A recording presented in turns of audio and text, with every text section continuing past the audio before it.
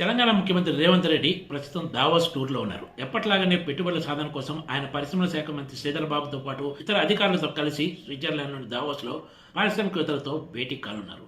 ఆ తర్వాత ముఖ్యమంత్రి రేవంత్ రెడ్డి స్టడీ టూర్ కోసం అమెరికా వెళ్తున్నారు. 5 రోజుల పాటు ఈ టూర్ కొనసాగనుంది.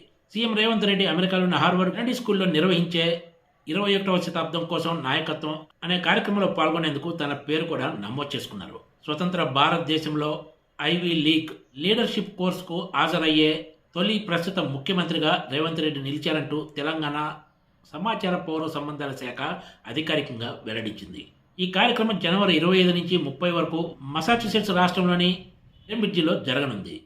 20కి పైగా దేశాలకు చెందిన వివిధ విభాగాల వాళ్ళు ఇందులో పాల్గొనబోతున్నారు. ముఖ్యమంత్రి రేవంత్ రెడ్డి ఇందులో పాల్గొని అసైన్మెంట్లు పూర్తి చేయడంతో పాటు కోర్సు సర్టిఫికేషన్ పొందనున్నట్లు తెలంగాణ సర్కార్ వెల్లడించింది. సీఎం రేవంత్ రెడ్డి ఈ కోర్సులో చేరటం, ఈ సర్టిఫికెట్ కోసం ప్రయత్నం చేయనుండటంపై ఎవరికీ ఎలాంటి వివాదం లేదు. కానీ ప్రభుత్వం అధికారికంగా చెప్పిన తేదీల ప్రకారం చూస్తే ముఖ్యమంత్రి రేవంత్ రెడ్డి జనవరి 26న హైదరాబాద్లో జరిగే గణతంత్ర దినోత్సవం కార్యక్రమంలో పాల్గొనే ఛాన్స్ లేదని స్పష్టంగా కనిపిస్తోంది. గణతంత్ర దినోత్సవం రోజు జాతీయ జెండా ఆవిష్కరణ చేసేది గవర్నర్ అయినా కూడా ఈ కార్యక్రమంలో రాజ్యాంగం ప్రకారం ప్రమాణం చేసిన ముఖ్యమంత్రి కూడా విధిగా పాల్గొంటారు. కానీ Telangana CM Revanth Reddy study tour కోసం అమెరికా వెళ్లి ఈ కార్యక్రమానికి దూరంగా ఉండటం ఏమాత్రం సరికాదని అధికార వర్గాలు వ్యాఖ్యానిస్తున్నాయి. ఒక మాటలో చెప్పాలంటే ఇది రాజ్యాంగ ఉల్లంఘన కిందకే వస్తుందని ఒక సీనియర్ ఐఏఎస్ అధికారి అభిప్రాయపడ్డారు. స్టడీ టూర్ కోసమని అమెరికా వెళ్లి గణతంత్ర దినోత్సవం కార్యక్రమానికి దూరంగా ఉండటం ప్రజలకు తప్పుడు సంకేతాలు కూడా పంపుతుందని, ఇది ఖచ్చితంగా ప్రోటోకాల్ ఉల్లంఘన అవుతుందనేది ఎక్కువ మంది అధికారులు చెప్తున్న మాట.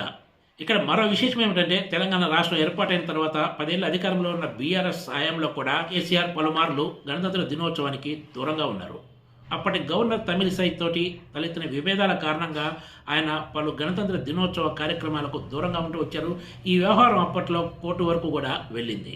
బీఆర్ఎస్ హయాంలో గణతంత్ర దినోత్సవం పెరేడు, అధికారిక కార్యక్రమాలు ఎప్పట్లాగా బయట నిర్వహించకుండా కేవలం రాజ్భవన్కే కూడా పరిమితం చేశారు.